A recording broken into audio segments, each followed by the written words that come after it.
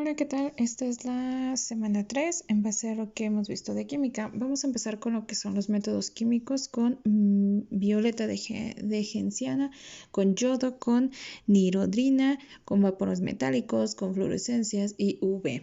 Básicamente todo esto lo utilizamos para las superficies, digamos que para detectar o levantar huellas digitales como tal. Ahorita nos vamos a basar en lo que vienen siendo las huellas como tal. Estas huellas, pues bueno, son gracias a estos, digamos que por así decirlo, los químicos nos ayudan a, digamos que disolver lo que es la huella en sí, a apreciarla mejor, para que con esto podamos, pues generar lo que son muestras para el albergue jurídico. También tenemos que, bueno, a través de los polvos para huellas se conoce como un método que consiste en la aplicación del polvo muy fino, el cual puede ser magnético en la zona que contiene la huella lactante. Es decir, nosotros tenemos una secreción en lo que viene siendo nuestros dedos. Cuando nosotros tocamos algo, por lo general se quedan nuestras huellas. Si nosotros ponemos lo que son estos polvos, pues se adhieren a lo que viene siendo el sudor de nuestra huella, el sudor de nuestro dedo, y se queda, pues digamos que pintada la huella como tal. También tenemos otro método que es vaporizado o gasificado con yodo.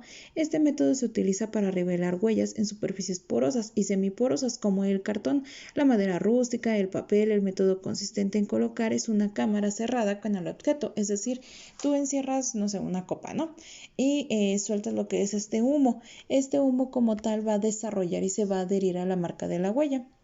También tenemos lo que es el recreativo de yodo en spray. Este es, digamos que la misma forma. Tú le oprimes al spray y se marca inmediatamente la huella, se queda así como que pasmadita.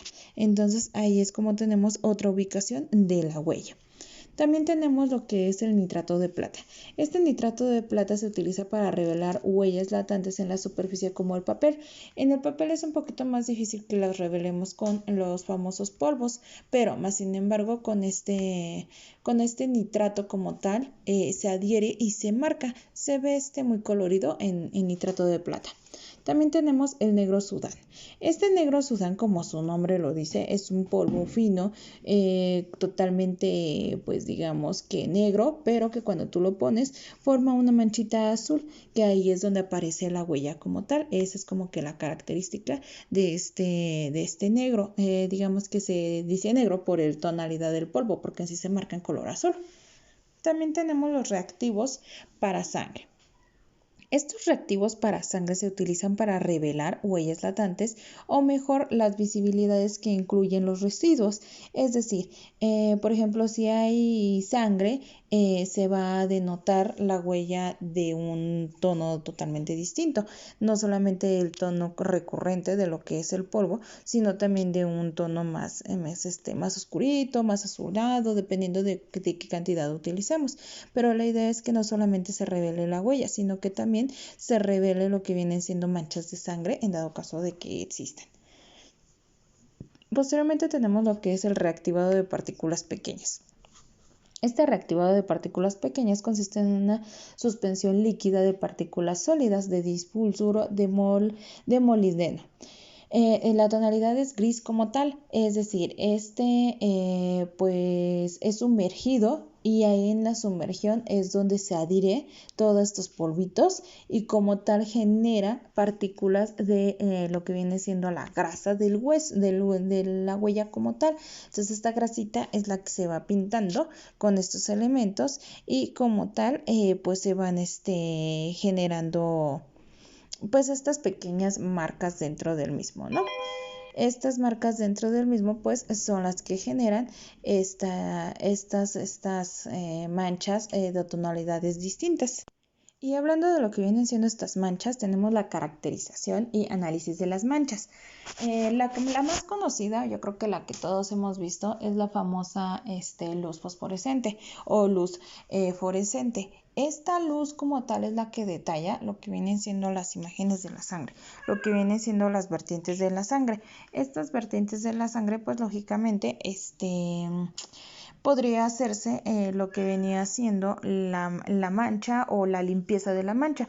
Habíamos hablado ya de que aunque limpien la mancha, muchas veces no se puede como tal limpiar, no se puede como tal borrar del todo. Entonces, por lo tanto, se necesitan químicos como que muy específicos para poder quitar esta huella, y con lo que viene siendo estas luces se marcan muy claramente. Es como que la marca más conocida, ¿no? De todo lo que es criminología, en todos los criminólogos, criminalística, es como que esta luz muy recurrente, ¿no? También tenemos la hematología, forense. Digamos que es la aplicación criminalística de la morfología y de lo que viene siendo la bioquímica de la sangre. Aquí en este aspecto pues ya nos vamos a ubicar o a centrar un poquito en lo que viene siendo la sangre. ¿Por qué la sangre nos es tan importante? Porque lógicamente en lo que viene siendo química nos basamos a los estudios sanguíneos, es decir, todos esos restos. Sabemos muy bien que en la mayoría de los accidentes por lo general hay un resto de sangre, y este resto de sangre es el que nosotros vamos a seguir como tal, es el que vamos a perseguir.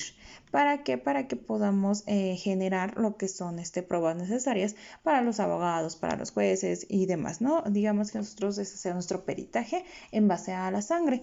Precisamente gracias a los manchones de sangre, gracias a todo esto, es como surge la hematología forense. Esta hematología forense nos dice que son diversos métodos o diversas metodologías que se da de lo que son los manchones de sangre.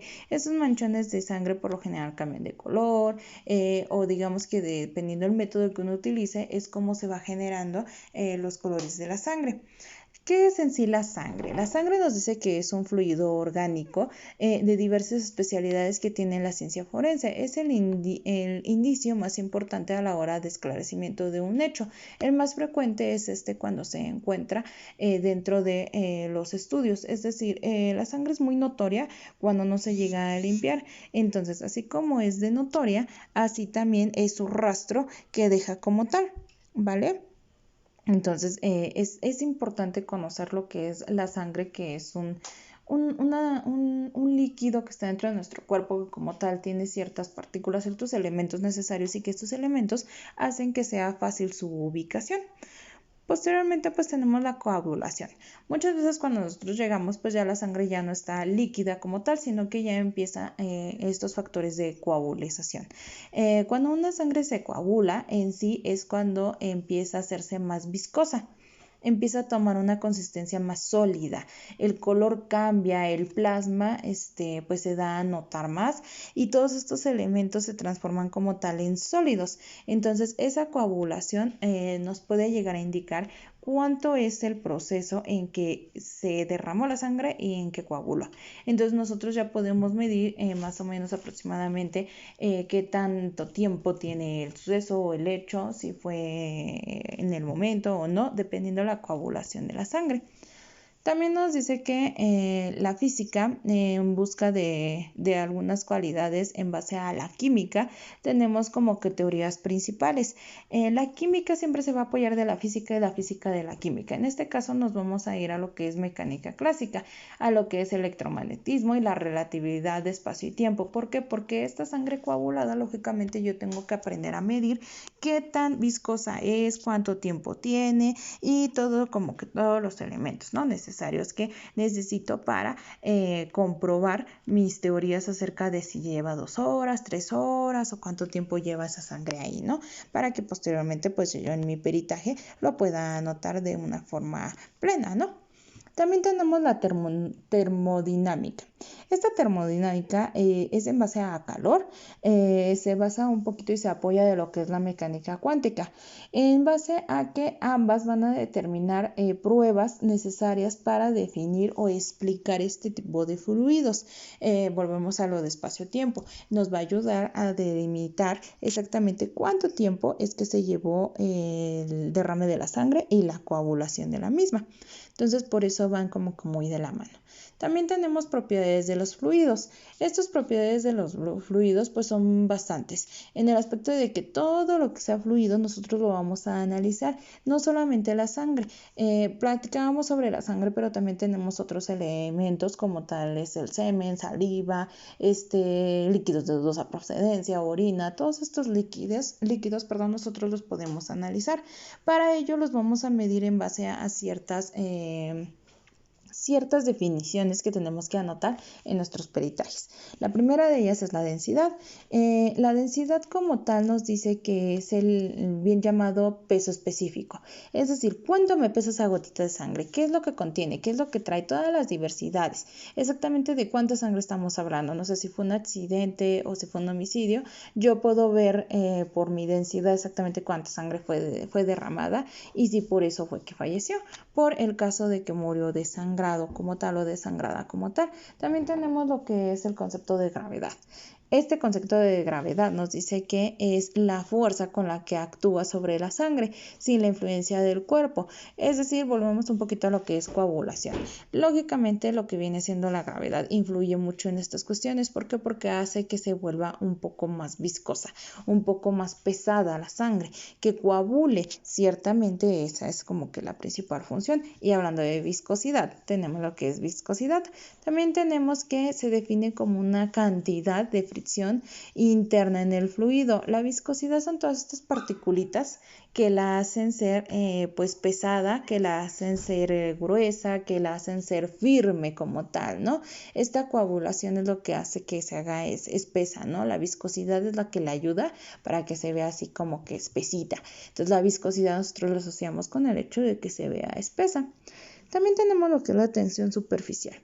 Esta tensión superficial nos dice que básicamente aplicada en lo que viene siendo un líquido son las moléculas que están dentro de ellas. Todas estas moléculas como tal son las que generan la tensión superficial. Es decir, en la parte de arriba voy a tener más tensión superficial, o sea, voy a tener más moléculas. ¿Por qué? Porque como tal ahí ya coaguló la sangre directamente, y en la parte de abajo pues voy a tener menos tensión superficial porque a lo mejor y todavía ahí está un poco más líquida, más aguada.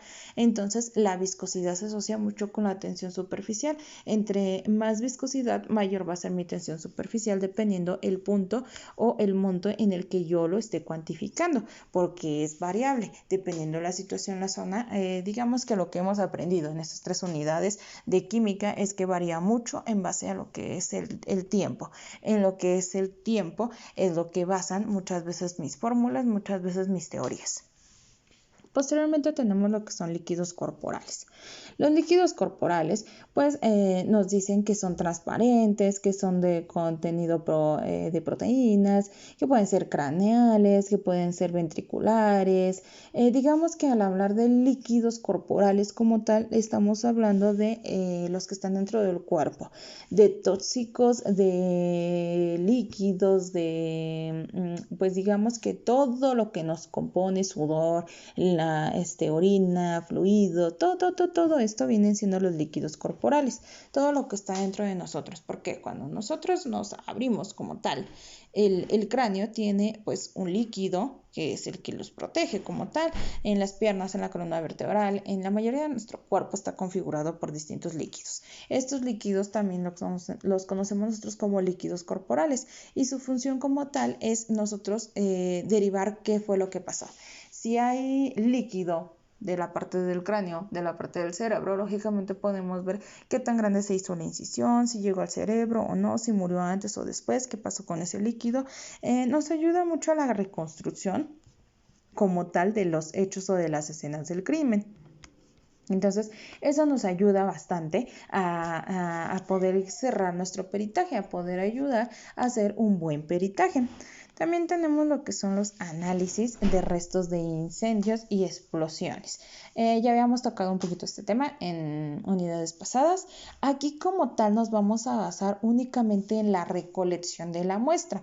Es decir, anteriormente habíamos visto que, bueno, dependiendo de la escena del crimen, era cómo se podían haber generado todas estas situaciones de lo que viene siendo los análisis de los restos de incendio. Pero en este caso nosotros únicamente vamos a tocar o a sustraer esas pequeñas partículas que son las que nos ayudan a definir exactamente qué es lo que pasó ahí, por qué se incendió y demás. Son como que nuestras muestras comprobables de lo que viene siendo pues técnicamente nuestro incendio o nuestro inicio de nuestro incendio. Eso precisamente vienen siendo estas pequeñas muestras que nosotros tomamos. Son meramente para llevarlas al laboratorio, darles efectividad y darles seguridad a lo que viene siendo pues nuestro peritaje, ¿vale? Hasta aquí la semana de hoy. La siguiente semana pues ya terminamos con la unidad 4. Espero que les vaya muy bien en el examen y si tienen dudas pues me lo van comentando.